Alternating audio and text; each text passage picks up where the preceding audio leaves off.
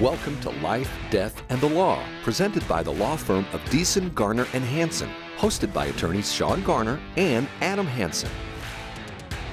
There's not any get-rich-quick scheme out there. There are so many on the internet that, for example, I saw one last night that this guy was some very wealthy person, and I'm supposed to know his name, but I don't. He doesn't even mention his name, so because he thinks he's so important and wealthy. But he says, "Yeah, I was given a challenge to put away all my money, all my millions of dollars, land in a place that nobody knew me. I couldn't reach out to my contacts, and in 90 days, see if I could make $1 million."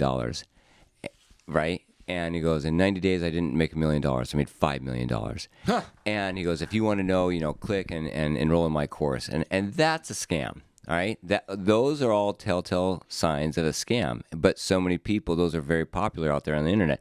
The podcast that you sent me was from Chris Williamson, and he was interviewing Scott Galloway. And Scott Galloway talks about it's the fundamentals. Don't invest more than 3% in any one aspect of the market or in any one investment scenario. Oh, he was saying you're saying diversify. Diversify, because he put all of his eggs in one basket in his own company at one point. Well, he said, if I remember correctly, he said, "I've been rich 3 times." And so he learned every one of those times, but he lost it, Yeah. And then he had to build it back up. So every one of those times he learned lessons. He had a $10 million net worth in his own company, and that was stock that his company was worth. And he said, "Hey, I want to leverage my stock. How do I do that?" And they said, "Well, we'll give you," and he's talking to lenders, $3 million to leverage your stock. And what do you want to do with that? And he goes, "I want to buy more stock." And so he bought more. And then his company went down. And now not only was he bankrupt, he was $3 million in debt. And he owed tax-wise because you have to pay taxes on all that. Yeah, that forgiven debt. And so he was like, that was terrible. So he learned that by diversifying, he called it your investment Teflar. He goes, there was this company that I'd never been more excited for. It was this some type of health investment, probably pharmaceutical, and he had to elbow and shove his way and smooth people to get in and just to invest in this startup company, and he was sure that it was going to be big. And so he invested in that, and a year later it went bankrupt.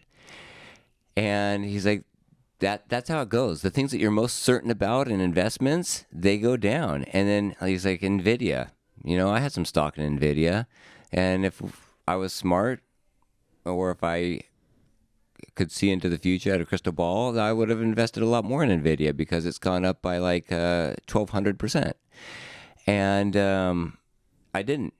But the peace of mind that I have that if NVIDIA takes a dive, which it could, or any other company, and I'm only losing that 3%, is worth it to me every day. And so I do still invest in companies that are startups and are pie in the sky. Maybe we'll make it big, but maybe they won't. And 3%, when that company tanks, I have a bad afternoon, but I wake up fresh the next morning and I don't give it another thought, because it's like the Teflon. It's you're putting on that bulletproof vest. It hits you in the chest. It hurts, right? But you've protected yourself. You get back up, dust yourself off. It hasn't killed you. If you have questions or want to know more about something that was discussed today, please call the law firm of Deason, Garner, and Hansen at 928-783-4575 or visit yumaestateplanning.com.